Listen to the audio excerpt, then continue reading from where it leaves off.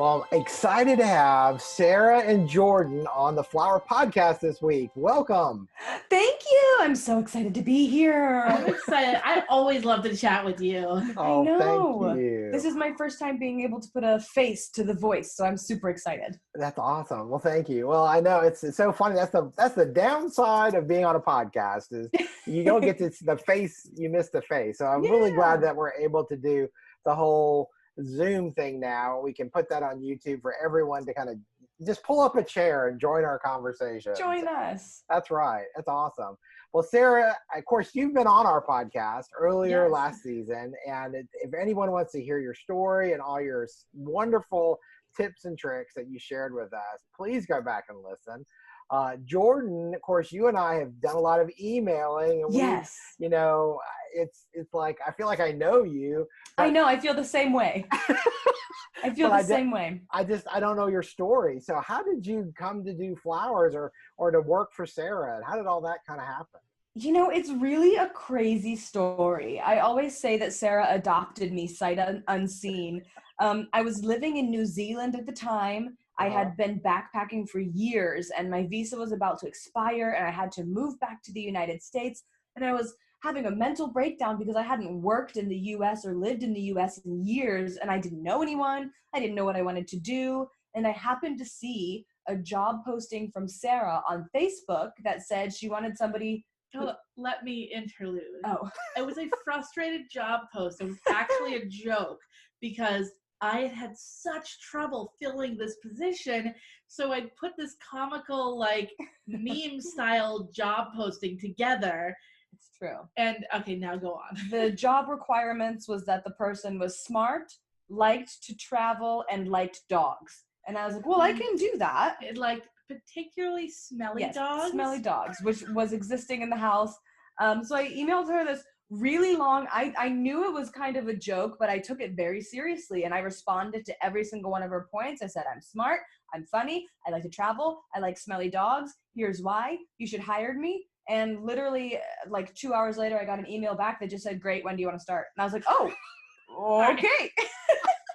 Was it quite that conversation?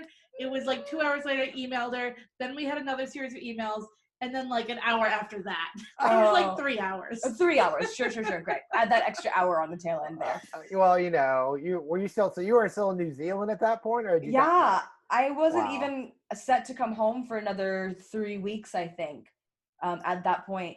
And then I came home and I've been here ever since. Wow. So at the time I was hiring, I was desperate to hire someone to fill this role. And the downside to Jordan was she was not available. Really, it was a month, I think, before from the time I hired her to before she got back here to the U.S. So true. That was definitely the downside, but I just felt this connection.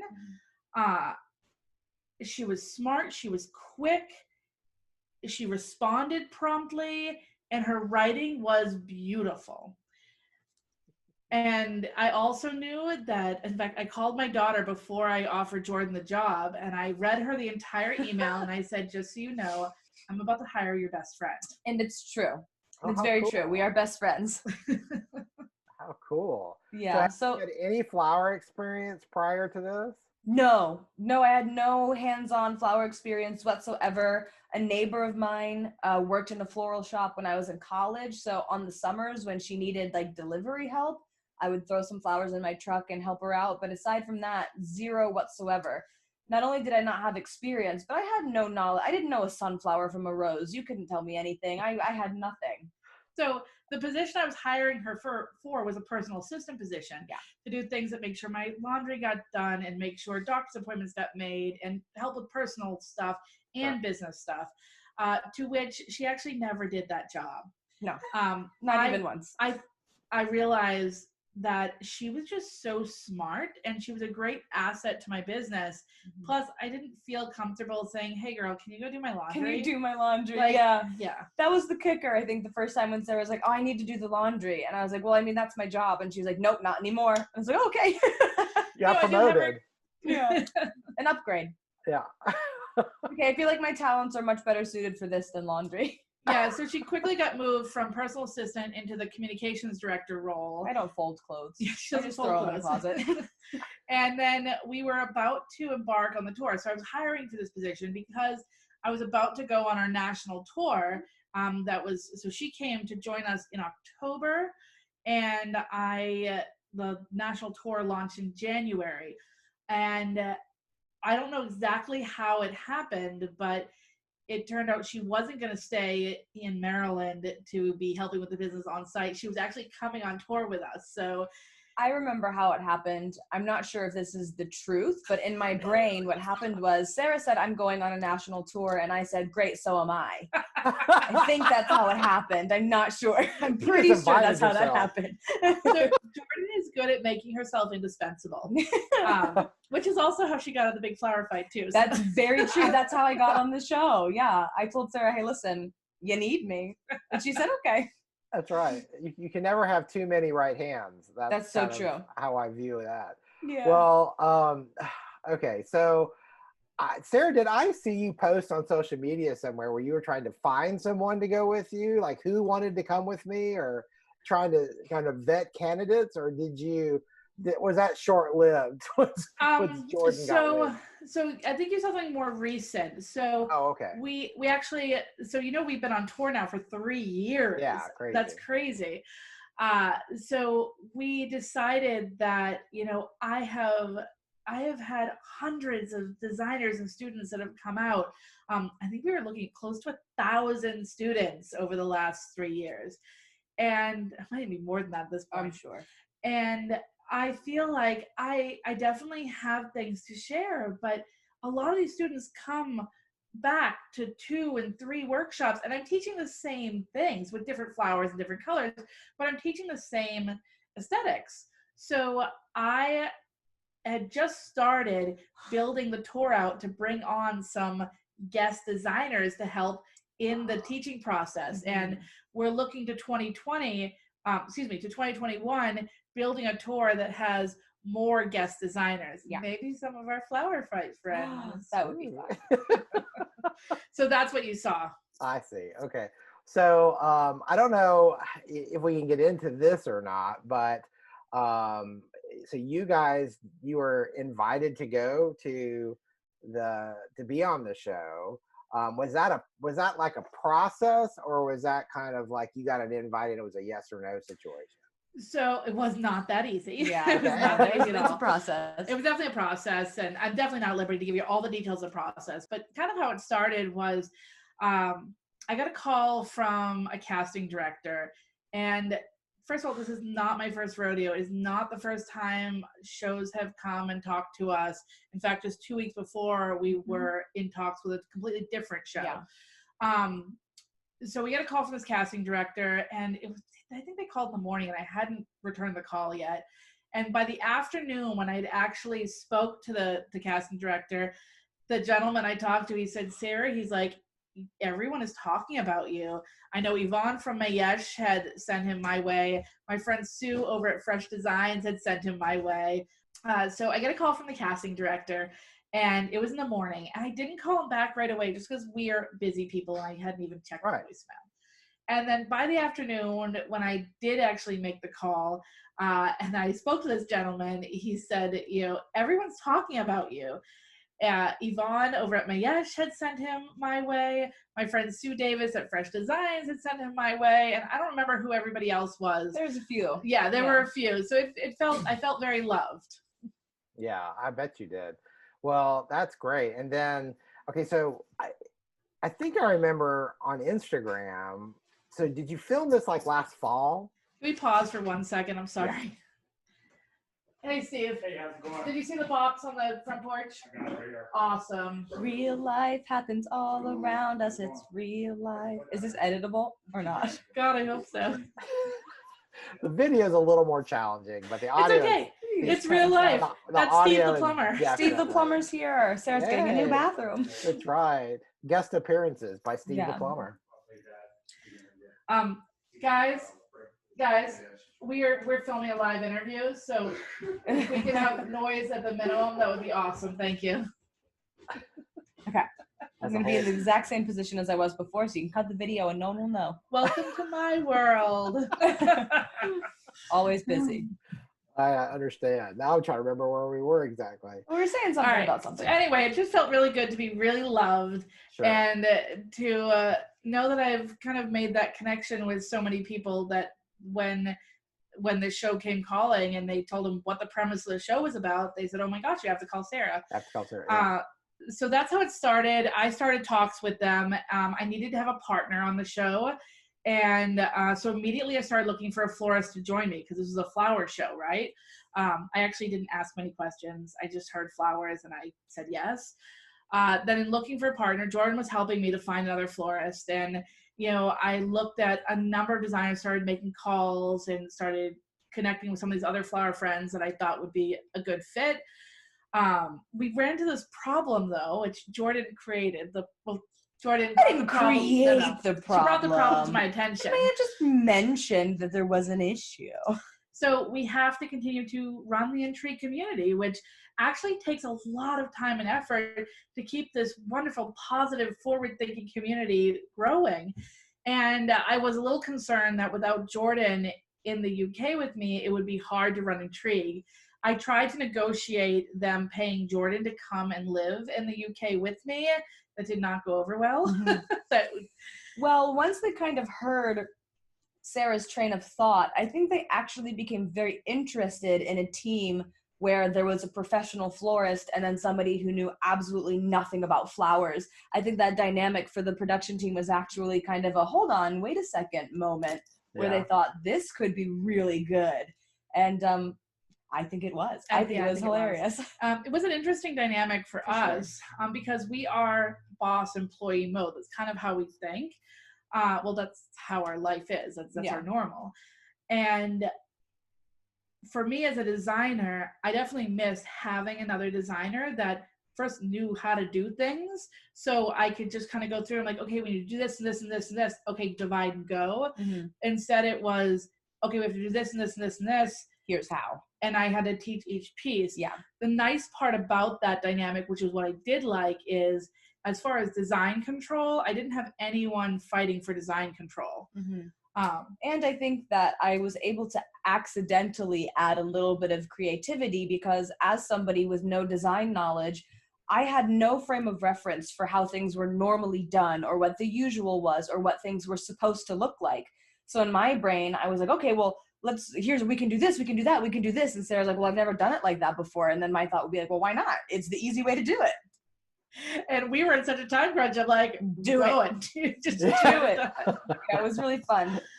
Oh my gosh. Well, go ahead.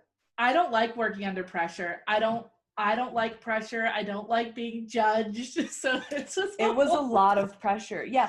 Going into a situation where you know that you're making something outside of your comfort zone with the sole purpose of being judged is extremely stressful. And the show is beautiful and wonderful. And there were so many beautiful, wonderful moments. But they did cut out a lot of us covered in dirt, crying, screaming. What am I doing? I don't know. How do we build a lemur? Who knows? What is a lemur? What does it look like? What are the colors? Does it have hair? Does it have fur? Are there feet? It was a mess. Oh my gosh, can you remember when they gave us that first challenge and they wanted us to do a giant insect. And we looked at each other and there's, what? I'm like, first, why are there roots on our flowers? Yeah.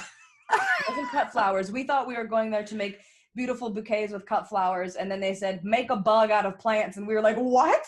You want us to do what? Now, to be fair, we never asked. We didn't ask a single question. We saw this platform that, and we actually did not know it was Netflix when we were in the casting process. We thought we were just shooting for this thing over in England, like that was the end of our knowledge, but we saw this is another platform that we could expose floristry as a career option and really put in a highlight on this industry that I'm so passionate about. And we asked no questions. We just assumed it would be wedding flowers because that's what I think about all the time. They said, do you want to come do a fun competition show in teams where you do stuff with flowers? And we said, yes, that sounds fun. And the stuff that we had to do with flowers and plants were not what we expected. I think that's fairly apparent when you watch the show. The looks on our faces half the time. I read something on Twitter the other day, a funny comment on Twitter that said, is anybody paying attention to the faces that Jordan is making during this show? And I was like, I wish that you could have seen like a screen that projected my thoughts behind those faces, because half the time I had no idea what I was doing. Oh, and these things were so big. Huge. Like, they kind of show up big on TV, but not nearly as big as they were. Like, that lemur, that was massive. It might have been the biggest in the room. Yeah. It was so big. I think it was probably, well, mass-wise, that orangutan was pretty huge, yeah. but height-wise, I think the lemur was like 12 feet tall from top to bottom, which, I mean, I'm 5'2", so staring up at that and going, okay, we only have a certain amount of time to fill this entire thing is really intimidating. Especially when we spent the first hour just looking at it. Just staring at it. Oh my gosh, what do we do? Oh man, yeah. That was the one where well, a lot of times you and I just kind of stared at things, but that one in particular, we just kind of looked at it and went, where do you start? Yeah. And it's not like we can go study how to do this. No. Right, we're doing it in a dome with plants, and you just have to do it. Go. Like, if I was doing that for a wedding and a client said, I want to have a 12-foot lemur, like, okay, I'll make a sketch, I'd organize, I want this many of this plant, this many of this, and I'd rethink it 72 times, I'd enter it into my software. We don't got time for that. I had no software. We did have a sketch pad. We had a sketch pad, but limited time, limited tools, limited plants and flowers, and no space to change, anything that we were given. So limited tools that we knew how to use. They gave us lots of tools. They gave us, there were tools, but even then, like, if I wanted some sort of fancy saw, and that wasn't there, then it wasn't there. Then it wasn't there. Yeah. We wouldn't have had a fancy saw. No. That was Owen and Declan's territory, not us. Well, that was the one thing I thought was so interesting. And of course, you've answered some questions that I had along the way and that other people have sent in.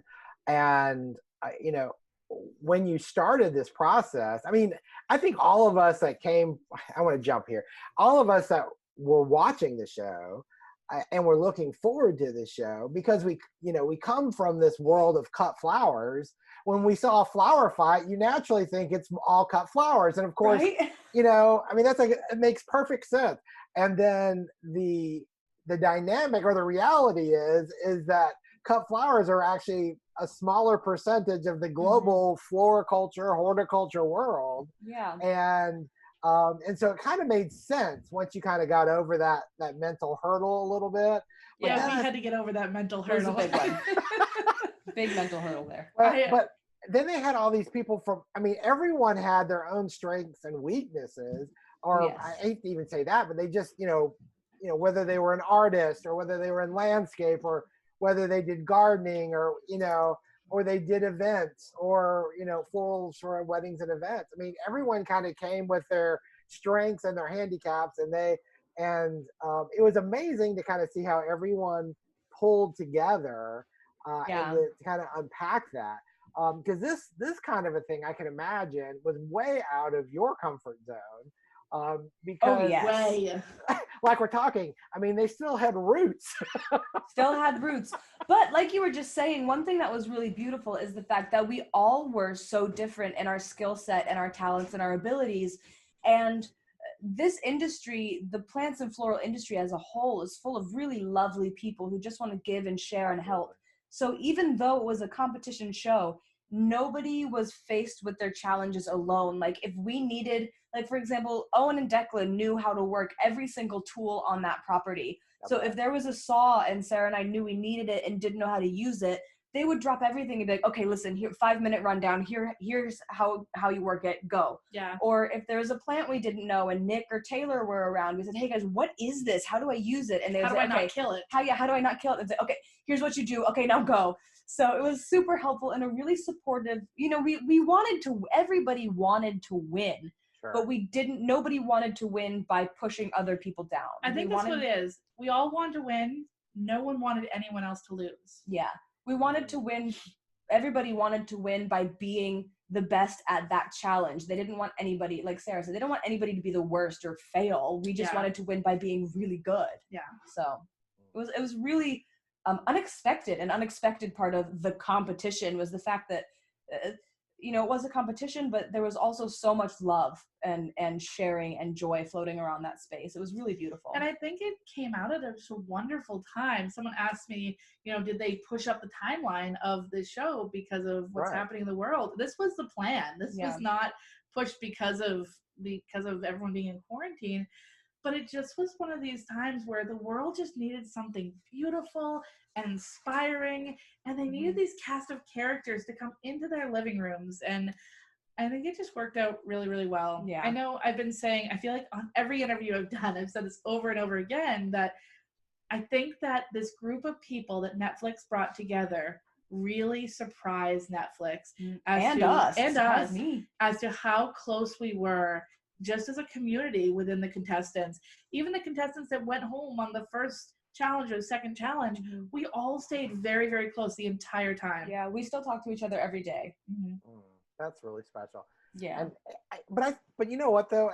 I feel like in a way, I know that's one thing that I've heard people talk about with on the wholesale level or the retail level, is we're a very huggy feely group of people overall. You know, I mean, when you see friends you haven't seen in a while, you give them hugs. You know, you know, it's a very personal business.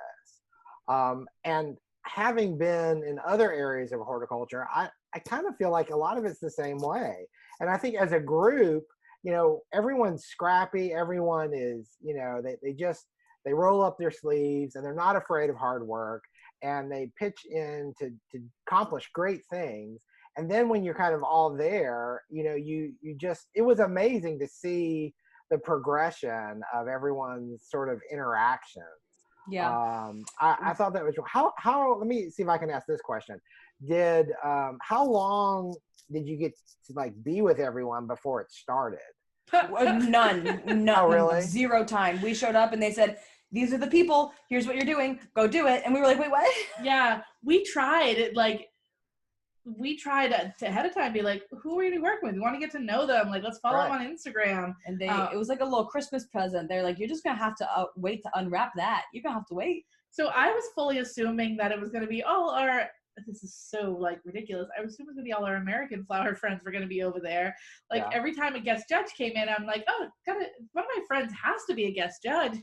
I didn't expect it to be all so focused on horticulture, but I love that it was, because it's given us a whole new love for plants and it's introducing our audience into a new platform and their audiences to our platform. And one of the number one comments I've been seeing floating around, which I just think is so great, is people who said, or who are saying, I'm interested in this now. I didn't know this was a career choice. I've always been so focused on gardening. I didn't realize there was a whole flower industry, or people in the flower industry saying, I've been so focused on flowers, I didn't realize that plants were a thing. Or people just going, I didn't know any of this existed. How do I get involved? And it's been really cool to see that inspiration strike. I am so laser focused on wedding floristry that to know that anyone out there didn't know you could be a wedding florist, like, that's all we do. Like, we don't do funerals, we don't do everyday deliveries, like, we just do weddings because that's what I love.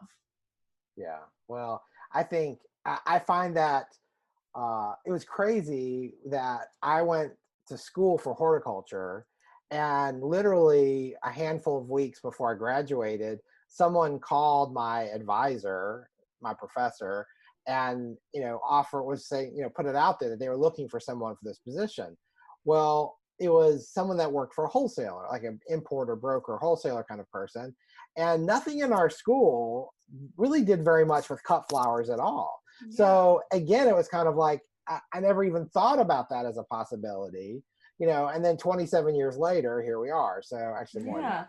But was the show kind of right up your alley then? Because we got the horticulture and the plants. Like, were you loving all of that? Did you learn that's anything? The thing. Thanks for asking. That's the thing, because, you know, my brain was so focused like you that it was going to be one thing. But then when it kind of was like all of this, plus you had all these different personalities with all these different skill sets. It was totally my sweet spot. I get bored pretty easy. And I just thought that, you know, it was interesting, you know, because of the structures and the mechanics and everything that you did. And I'm like, you know, when I see you with chicken wire, I think, you know, you're used to working with chicken wire. I mean, that that's was like a water. huge learning curve. And to be honest, Sarah and I learned that by looking at other people and what they were doing with chicken wire. To be clear, there was no learning curve for me in chicken wire. I don't know. We learned a lot of things about how to put plants in chicken wire. Like, for example, the first couple challenges, the way that we used the chicken wire, all of these teams who were horticulturists and gardeners and construction workers used it in a way that we had not used it. So I think we both definitely learned about, like, not that chicken wire was a thing, but how we use chicken wire in that way. I'm just going to say that we tried, so we did it our way for a couple of episodes. And there is an episode where we had a lot of landscaping to do, and we did it the way the other teams had been doing the whole time. And it didn't work out so well because it took us forever. So maybe, guys, if you know how to do something, you should just keep doing it the way that works for you rather than try to be somebody else. Well, but also there's a lot that goes into that, because it also, for example, like, I really enjoyed doing it that way, and that was quicker for me. But for Sarah, it was more difficult, and just it depends on the structure that you're using and how, like, if you're putting plants in upside down, you're gonna have to put them in differently than if they were at a 45-degree angle or straight up. And it's just about, there was no education for anybody on the show in terms of, like, it's not like we had like an education, like they sat us down and they're like, okay, here's how you put the plants in this. They were just like, okay, go do something, and we were like, oh, okay. Well, even knowing that now, it makes what you did even more amazing, because again, it's like when you think of everybody there trying to create something like totally out of their skill set. I mean, even for a landscaper, a landscaper coming in and trying to make, whatever, a butterfly or whatever it was. Yeah, exactly. You just think, and the scale, because I think that's the other thing, is scale is always a hard thing when you're doing weddings and events with venues and making things appropriate to fit the space. But when you have such a huge space, and then you have these almost limitless, possibilities other than time. I mean, time was your enemy through the whole process. Yeah. Yes. I can't imagine. I did have a question here from Julia. She asked, what were some of the differences between event work, like with cut flowers, versus these sculptural installations and plants? Julia, that's a great question. Yeah. I was curious your perspective on that. So is she asking, like, what was the difference between the challenges that we did cut flowers versus plants, or difference between what we do in our real life with flowers? Okay. So in real life, first of all, there's no roots on any of our flowers. In real life, we design things for temporary beauty. So we are wedding florists, and if anyone's been to any of our installation workshops, I teach a lot of really unorthodox design techniques that are all very simple and quick and easy. And I do that without using a water source, because when you go into a lot of these historic properties and these luxury hotels, and you can't flood their ballrooms with water. That would be very bad. So I do a lot of work with cut flowers, and I know the flowers that I can use and how to use these flowers to make them last for 10, 12, 15, even 20 hours without water. So when it came to the challenges where we had to use cut flowers, I was in my element. I knew exactly what to do. Now, I don't use plants at all. Mm-hmm. So you would see that consistently we got dubbed the color queens, because consistently we would go for the flowering plants, the colorful plants. Mm-hmm. Even when we get grasses, we're looking for grass that gave us some color dimension. Just because that's what our comfort zone, my comfort zone is, and by osmosis, mine.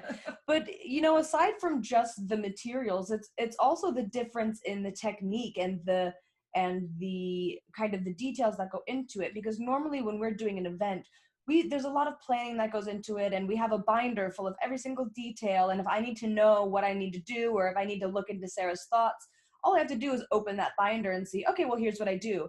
And that's how it works in real life. Whereas doing this kind of thing, there is no time, there is no planning. You just kind of throw all of that to the wind. So the difference was in not only the real life plants the real life flowers versus the competition plants, but also the real life planning versus the competition planning.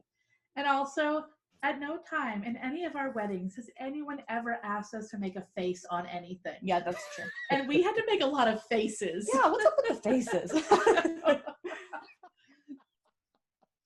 I love that. Well, it was always interesting. I mean, when I saw you on the dress competition, I love that challenge. I knew from the second that I realized, I'm like, this is going to be her element completely.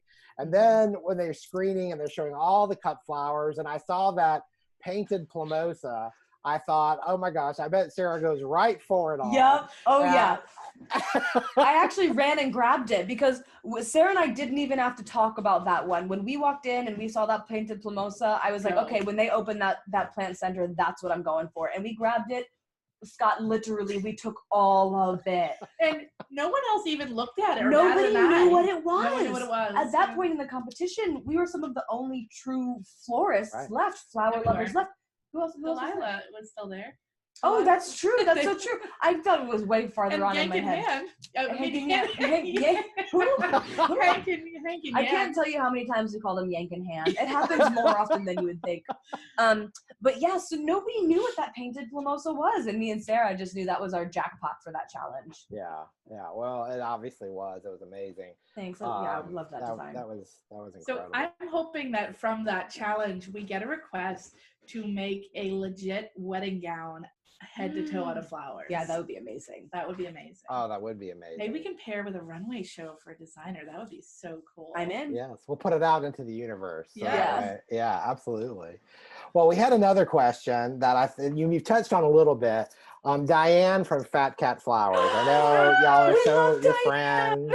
And so, she was wondering, how did you come up with your ideas in such short time? I mean, did you feel like you got faster as it went on because you kind of knew the genre that you were going to be in? Or, I mean, not like you knew what was happening, but you got the feel that, okay, there's a lot of plant activity going on. Mm-hmm. Well, sometimes we were given ideas, like when we got the octopus, we were told to make an octopus. When we got the lemur, we were told make a lemur. Right.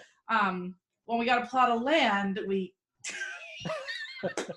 Yeah, that wouldn't work out so well. How did we come up with our ideas? I think first we started talking about, what elements we had on hand, right? Yeah. And my focus was always on pretty and color. It was very important to me. Whatever we did needed to be pretty and colorful. I don't know. Do you have a good answer for that? Yeah, well, that was where we started. We kind of looked around us and said, okay, what do we have? And we looked for something that sparked inspiration. Like, okay, this is something we know we can use. Now, how do we use it? What is something we can make that would utilize this plant or these colors or this texture, whatever it was? Like for the plumosa, for example, we saw that plumosa and immediately we're like, okay, feathers, big, fluffy, let's run with that and use that as our inspiration. So it was kind of just a basis of what do we know that we can use this for? And then how do we make that thing? And we also want to make sure that we were trying to design things when we did have our own choices that represented us. And things that are pretty just represent what we like. Yeah. Yeah. No, well, that makes sense. And especially on some of those later challenges where it was just there were stations and it's whoever got to whatever first. And then that was your thing. I thought there was a couple times there towards the end, an octopus. I thought to myself, okay, everybody has, and everyone is having challenges of their own, but I'm sorry, I just felt like the octopus was my personal opinion, a little unfair because they're so huge. I mean, the scale, first of all, the scale, and then all those legs. And yeah. Okay, look, we didn't even think about that, though. You would think that would have been our first thought, but our first thought was, ooh, that octopus. Well, we wanted a jellyfish. If you watch the episode, we're like, I hope we get a jellyfish because that's fun and there's movement and it's cool. But the reality of making 8-10-foot long tentacles with 2 people on a strict time frame is no joke. Now, I just want to defend the octopus a little bit because I understand the judges hated it, but it was exactly what I was trying to make. So there's a cartoon octopus character that looks like that. And this is what I'd use. I sketched it out beforehand. This is what my plan was. And it was, you didn't hear the story, but it was an octopus that was picking up all of the beach trash. It was recycling all of the beach trash. So we had a jug in one arm and another jug in another arm, and he's really cleaning up the ocean. And it was exactly what I wanted. But I understand that sometimes we make things that we're proud of that other people don't like, and this was a case of that. Well, I just thought, and then I just felt like so much time gets spent doing construction, you know, you creating your mechanics or the fact, okay, so on that particular episode where you walk in and you're used to having like structures or frames, and you walk in and it's a pole. I mean, it's a pole.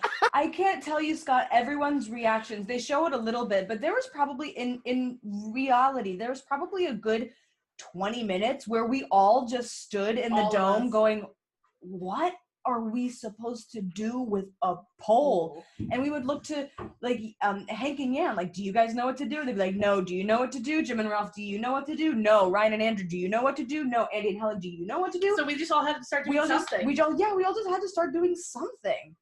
It was that challenge was really, really honestly so difficult. We put a head on a stick. We put a head on a stick. And Scott, you did mention like these time restraints are no joke. There's no messing around. There's no extra time. There's no, oh, so-and-so's not finished, we'll let them do. Like that time that you saw, that's what we had. But that time wasn't all design time. That included the sketching, the planning, the construction, the getting of the plants. There was no helpers. We had to take wheelbarrows out to the garden, load up the plants, bring them up. That ate up 6 hours a challenge sometimes. Climbing up and down a ladder takes so much time. If you've got a large structure, instead of putting a plant in, you have to get the plant, climb the ladder, find your balance, put it in, climb back down, get another plant, go back up. Yeah. That takes time. It was so difficult. It was such a fun show. Like we said earlier, not a day full of bad energy. Like everyone was happy to be there and having fun. But you can have fun and still be extremely tired. Yeah. Exhausted. Absolutely. Well, I totally get that. And I love the sucker idea on that with the echiverias and the succulents. And I did agree with the judge where they said that we should have chose a different color. After I didn't agree with her that day because I didn't like that she was judging my octopus. But after, clearly it's not Kristen I'm mad at, it's just a guest judge. Sarah, another Sarah. But I did agree that had we chose different colors, we would have had more impact of those suckers on the octopus itself. I think that octopus is one of the moments where, you know, it's one of those TV edit type of things where there was a lot that went into that octopus that people didn't get to see, and we'll keep it a secret. But man, there was a lot of discussion and planning and changing of ideas and things that went into that octopus. That was one of the ones that I was like, Sarah, are you sure? Are you sure this is what we want? And we went with it. We rolled with it. She's the boss, you know? That's funny. Well, I know that when I'm following along, and I could tell, like, because of course, you know, we have the benefit. We're not there. We have the benefit of hearing some judges' opinions before they walk up and they do the film scene with you. Yeah, and that was interesting for us to hear as well, because we weren't there for that. Yeah. So, well, when they'd come up and then they'd pitch you a question about, you know, like you could tell, like, have you thought about this, or are you thinking about that? And then watching Sarah's response every time, it was like Pollyanna on steroids. It was like, you know, you just it didn't matter what they pitched at you, you were going to spin it to be just the best thing. You planned it, and I thought that was so great. Well, that really was like a technique. It was a strategy going into judging every week where we're like, we don't care if we know, like, even for example with the octopus, we were like, okay, it's really cute, maybe could have been better, but when the judges come up to that, it's going to be the best thing Sarah and I have ever made. We are convinced. No matter what anybody says, that's the best thing. I'm still proud of the octopus. Sarah loves that octopus so much. She really loves the octopus. It's funny watching it back, like how your opinion of certain things change. Like watching those episodes back, there wasn't a single one. Even the lemur, before judging, they show me in the episode saying, man, there's things about this lemur that I love and things about this lemur that I absolutely hate. And looking at it now, I just go, oh my gosh, look how cute that is. It's so cute. It's the cutest thing. The lemur is my proudest moment in all of the show. Because it was so hard. It was so hard, and we worked with grasses. There was no flowers. Yeah, we worked with grasses. Actually, I technically cheated a little bit because I went and picked flowers to make a flower crown at the last minute, which was so cute. And so that wasn't grass, but I don't think it was really cheating. No, it was so cute. But I was just proud because we spent so long looking at that frame, not knowing what to do, and we just did it, and it was really, really stressful. And working with those grasses in hindsight, yeah, at the time was so stressful, but looking back, it was actually quite fun. Like we had fun trimming those grasses and being like, I don't know, is this right? I don't know, we're gonna do it. I don't know, but James did tell us to never pick up our shears with grasses again. Well, just because he suggested it doesn't mean we have to listen. I thought it was fun. I was like, I'm going to go trim all the grass. Forget mowing my lawn. I'm going outside with a pair of scissors now and just cutting my grass. And you can like time yourself. You can put a stop clock on. Right? No. You can take all day. No. Oh my gosh. Well, let me see. I know there's some more questions here, which I thought were really interesting. So at no time, so this one question, I think you've already answered it. It's from Tracy with Petals and Stems Market. She asked, were you able to practice at all anything before you went into it? And of course, you didn't know what you were getting into. So how could you practice? Tracy, that would have been wonderful, wouldn't it? Well, I tried to guess. Oh, that's so true. All the time what it was going to be. And I would like study on our days off to what I was going to think it's going to be. So I was convinced the week that we had to do the sea creatures, I was convinced because there was this giant field of pumpkins that we drove by that we were going to have to make pumpkin sculptures. Yeah. So I was studying and trying to show the cast how we could do pumpkin sculptures. How are we going to make pumpkins? And then we go in and it's an octopus and a stick. To be fair, when Sarah was saying all this, all of the other cast members were like, Sarah, where did you get pumpkins? Where are you? But there is a beautiful shot of that pumpkin field in the show, and I thought, there's Sarah's pumpkins. I felt vindicated. Oh, it was so funny. You were dead set. Dead set. Although, I do have to say, one thing that Sarah, the whole competition, was dead set about was castles. She said, we're in the UK. I know they're going to make us do castles. They have to make us do castles. And all of us were like, Sarah, they're not going to put castles in there. And then sure enough, that finale, boom, there's a castle. And we were like, wow, you got one right, Sarah. We're so proud of you. Yeah. You were so close to that castle. So close to that castle. Oh my gosh. One thing I kept thinking about, and you've touched on this also, is how close everybody was. You get done, everyone's working really hard. Did everybody like hang out afterwards? Or was everyone just so exhausted they ended up going to bed and then you start over the next period or whatever that? It really depended on how we felt every night. It would change. Some people would hang out. Some people would go back to our rooms. It really just depended. Do you know when? I'm not sure, Scott, if you've ever had this experience, but I remember being a little girl at a sleepover when it's like 3 o'clock in the morning and you're all deliriously laughing for absolutely no reason. It was a lot of that. Like, it wasn't necessarily hanging out, but there was a lot of sitting on the floor, just enjoying each other's company and having a good laugh. Because that work was hard. And kind of like after doing a huge wedding, sometimes you just need to let it all out. You sit on the floor. Yeah, you need to sit down, order some takeout, crisscross applesauce on the floor. I'm so thankful that we went through this experience with those people because it really was just a super special dynamic there. Yeah, we got a gift in life. And I thank Netflix every day for that gift. Yeah, I don't know how they managed to cast all of those people so nice and knowing we would all get along so well, but they did. Actually, I'm not sure if that was part of their plan. No, it was called the big flower fight. They didn't expect us to all get along that well. I think they said, let's get all of these complete opposite people and put them in a room so they'll all fight. But in reality, it was like, oh, well, we're all complete opposites, so let's just all get along and have fun. Yeah. I think that's right. Yeah. Well, I it was interesting, especially a couple times when people were being reprimanded for helping other people. And I thought, well, I kind of get it, but I kind of don't get it because, that's an individual decision, I feel, at that point. Yeah. If you choose to want to help someone, for whatever the reason is, then, I feel like it was a real reflection on how tight everybody was as a group. Oh, yeah. Um, Well, the reality of that situation is we all, even the teams that were being helped, everybody kind of knew that would be taken into acknowledgement when judging came. But as you just said, that was everybody's personal decision to say, okay, we want to help, and then the decision of the teams to say, yes, we will accept this help.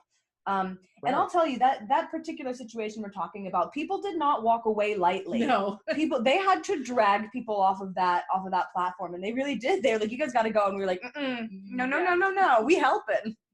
Yeah. So, when you're a designer or a gardener or anything, you use your resources to your best ability. Your resources are your tools, your plants, your flowers, and your relationships.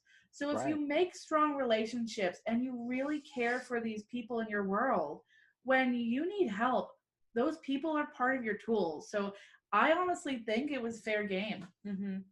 One of my favorite... Owen and Declan may not have agreed. Owen and Declan didn't agree, but you know what? That's fine. But we still love them. Of course. One of my favorite, people being reprimanded for helping moments that never made it on is, but I think it's so cute. I think we're not supposed to talk about what didn't make it on. No, I'm saying that. I think this is a cute one. The host, Natasha Dimitriou, used to sneak down from her dressing trailer and sneak up behind the teams and start putting plants and flowers in. And the production used to come in and say, Natasha, you're a host, but she, just like everybody else, was ended up being enamored with these plants and flowers, and she was like, I just want to play with them. And I just used to think that was so cute. You could see her kind of sneaking down the hill, and we were like, oh, here she comes. In fact, I think I have a picture, maybe we can send to Scott, or the time when she was trying to add her hair to our lemur. So yeah, I wanted to be, I just thought that was so sweet. And they didn't put it in the show, but I thought it was such a cute moment, her always sneaking down. Well, it's interesting because when they have the British baking show, the same characters do the same kinds of things as they mix among, whether it's, sneaking a cookie or whatever. So I wish we had cookies to sneak. That would have been great. We had a serious lack of cookies on the show. Man, I want cookies. Well, the other thing I noticed, and of course, I think it's really, I don't know, to me became funny, which maybe that's my own sense of humor. But at the beginning, when everyone's still getting to know each other and everyone's still dealing with the shock of the project of that day, you saw as the episodes progressed, when those quote unquote shopping moments open up, where all of a sudden the junkyard or whatever they call it is, open, or now the garden. Open. Yeah, it's you could definitely see a progression on the aggressiveness on going to get your stuff. You knew, it's everybody knew at some point, no one's kidding around here now. I've got to go get my stuff. And I thought that was, I thought that was hilarious. Oh, it was so funny. Oh, we definitely stopped after a while. That night, not niceness, we're always nice, but that shyness kind of faded away. Exactly. And I'll never forget the Sea Creatures episode where they had those bottles and everyone had to reach for the bottles, and I just full on starfished my body across the sand on top of all of the bottles so nobody could get any of them. I stood up just covered in sand. I looked like I'd stuck my face in it. So for the most part, Jordan and I had this kind of strategy when it came to the plants, is because we didn't know most of the plants, and we knew we could just make something pretty. Yeah. We actually were not jumping into shopping. We kind of let everybody take what they wanted with some we would pull some things that we know we needed, but then for the most part we just kind of let everyone take what they wanted, and then we kind of filled in with what was left, and there was always plenty left. It worked, and it worked really well, with the exception of I know we took all the plimosa, but nobody wanted the plimosa. And then with the gnome, we did first thing in the morning when the nursery opened. We knew we were going to struggle on that challenge because we had so much building to do. So we went out first thing. We said, okay, what we have to do is we need to gather our plants. So I took the time to write out my recipes and organize everything we needed. And we collected all the plants we needed before we even started building, which none of the contestants had ever seen us do before. Yeah, they're a little caught off guard. And you'll have to watch the show, no spoilers, but not everybody was happy with our decision to plan ahead. So I think there were 3 challenges where we really went after certain things. It was definitely the Plimosa, definitely those plants for the gnome, and then during the Hairy Beast challenge, we needed some eyeballs, and one of the first things I spotted in that whole like junkyard setup were these big plates, and for some reason, it's funny how your brain works sometimes, but I saw these big plates and my brain just said eyeballs. So when they opened that junkyard, I was like, give me the plates.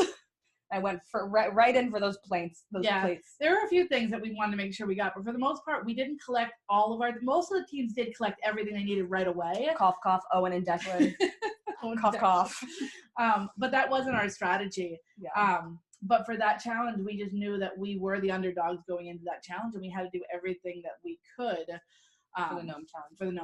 Yeah. Well, it wasn't a gnome challenge. We chose to do we made it a gnome challenge. The gnome challenge. And if you could hashtag season 2, the gnome challenge. We actually learned during the show that gnomes are banned from the Chelsea Garden Show. I didn't realize that everyone in England turns their nose up at gnomes. But you can clearly see, if you watch the episode, you can clearly see when we tell the guest judge, what we're going to be doing, her face is utter repulsion. Yeah. You know, it's actually interesting because Sarah and I chose the gnomes specifically because in the US, they're kind of a symbol of safety for gardens, right? The gnomes are there to help the gardeners and to watch over the plants when nobody's there. And they're kitschy and funny. And they're fun, yeah. But you know, we got there and learned something completely different. And then from there on out, I started looking into the representation of gnomes all over the world. And it's really interesting. Like some festivals, they actually have some flower festivals in certain countries incorporate gnome making competitions. And then in other countries, they're like, do not bring that gnome over here. No, thank you. So I just thought, what an interesting symbol that has become so divisive and so splitting in so many different places out of everything in the world that could be so strictly opinionated. People have strong opinions about gnomes, which now we know. Part of the reason I chose, it wasn't my sole choice, but the reason we chose gnome was because I knew this little old myth about gnomes that says the gnomes will come in at night and they will tend to your gardens. And I'm like, oh my gosh, we need some extra help. Yeah, we gotta do that. There were actually no gnomes that tended to our garden. No gnomes. No gnomes there. Well, obviously they were banned. I mean, they're like, yeah. All the gnomes are waiting outside the fence trying to help, and nobody will let them in. Nobody will let them in, and there you go. Well, I thought the way you were so diplomatic when it came to the red plant situation on that part of it. And I just thought, because I thought you handled it great, by the way. And I just, well, it's one of those situations that you hate it, but it is a competition, and I don't know. It's interesting to hear. That was personally difficult for me. Sure. I don't know if you could hear, my voice was shaking in that conversation. It was really uncomfortable. I try to be giving and kind and sweet whenever I can, but I'm also not a pushover, and I can be strong when I need to be strong. And if you come to me and you say, I'm taking that, I don't care that you have it, I need it, I'm taking it, I'm going to put my foot down. And at the end of the day, if he chose to take the heuchera plants, I wasn't going to do anything, but I wasn't going to go after him for the plants. But I felt like it was very important that I needed to be firm and not just hand them over. So. Well, and you were polite. I mean, you tried to be polite through it, and I felt like you were, and it was a hard situation, and I think that is also hard because you guys at this point were very close. I mean, this is now. I mean, it's the 7th episode, and your 7th task, and and everybody is kind of gelling at that point, and you guys have been through so much. I know that's one question that we had from Jill at Pop Up Flowers Avondale. She was wondering, out of all of the people, is there anyone that you guys have missed seeing more than others, or are you staying closer? I mean, I know it's how do you pick your favorite among family, but It's an equal plane of missingness. It's not for me. Oh, so, okay. I feel like I miss people in different ways. Some people I talk to regularly more. There are just some personality traits like Jim and Ralph. I miss that jolliness, that just like happy-go-luckiness in my life. And I really, really miss Helen and Andy, because every morning when I saw them, they would come in and be like, oh, you are beautiful. You are amazing. You're so talented. And words of affirmation just really make me feel good. And I miss that a lot. I miss everyone, but those two things in particular, I wish I had in my life. Like, I just need an influx of Helen and Andy, an influx of Jim and Ralph. And everyone else has great attributes, and I love them all. In fact, as far as fashion sense goes, I haven't gotten the feedback from my personal family members that they would like, if I go on the big flower fight again, they think I should dress more like Hank and Yan. Yeah, so true. No, I definitely miss everyone equally. Each of those people is so special and brought something. I'm not saying I miss them all equally all at the same time, but when I think of any of those people individually, my heart pulls for them, no matter who it is, no matter when they left the competition. My heart pulls for every single one of those people. And oh my gosh, I would love to work alongside Hank and Yan on the same team together on a project, because the things I could learn from these two gentlemen would be unbelievable. Like, they're in my floristry world. They do events like I do, and they have these crazy talents. They're some of the most talented floral designers that I have encountered. Well, that was the thing that I think, stepping back, you started to see how everyone's processes became a little more refined. I don't know if you were more comfortable. You got over the sticker shock. Yeah. Well, I still feel like even you guys, I mean, everybody I felt like got more comfortable in their zone, but I was really amazed at what was able to be put together in such a short period of time. Me too. With I mean, really, I feel like it's been incredible. So if somebody, would you do it again? Yes. Yeah. We falter back and forth on that one. It's like during filming, no way. Nuh-uh. If you had asked us to do it again, we would have said absolutely not. And then after all the time from the end of production when we had to leave all the way up to the release of the show, I was like, man, in an instant, if anyone asked me to do it, I would do it again in a heartbeat. And then I watched the show and I thought, oh boy, that was a lot harder than, maybe my memories had tried to block out some of that difficult stuff. But it is really hard. But at the end of the day, if anyone asked us, of course, we'd love to be involved. I think the hardest part was it was strenuous on the emotions. Oh, yes. We were far away from home, so we didn't get to see our family for an extended amount of time. Oh, that didn't bother me. Forget about that. I love travel. Children. Yeah, I don't have any kids. It was physically labor intensive, which I don't think we were prepared for. No, so much physical pain. I don't know if you've noticed, but I'm like not in shape. Like definitely nowhere. We're like running up the hill with our plants. So I'm like, so that part was really hard. But it was an amazing thing to be able to push so far out of your comfort zone and work so quickly and so fast and just hoping you're making something beautiful, and you're working so close. So I didn't even know the lemur. I didn't even see what the lemur really looked like until it was judging and I got to step back. We're like, wow, we made that. So we don't even know if what we did is good until someone else is looking at it. Yeah. Oh, wow. And, I thought it was so sad.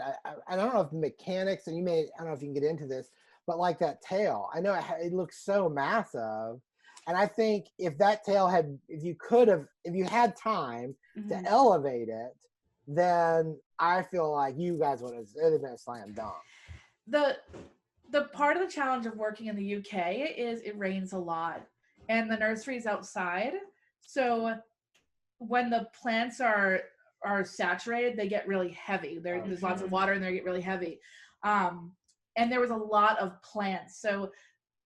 And there was no way to, looking back at it now, I think, oh, maybe if we had been able to salvage some huge metal poles to stick up the middle or something like that. But there was no rigging points, no, no real strong points to put anything in there.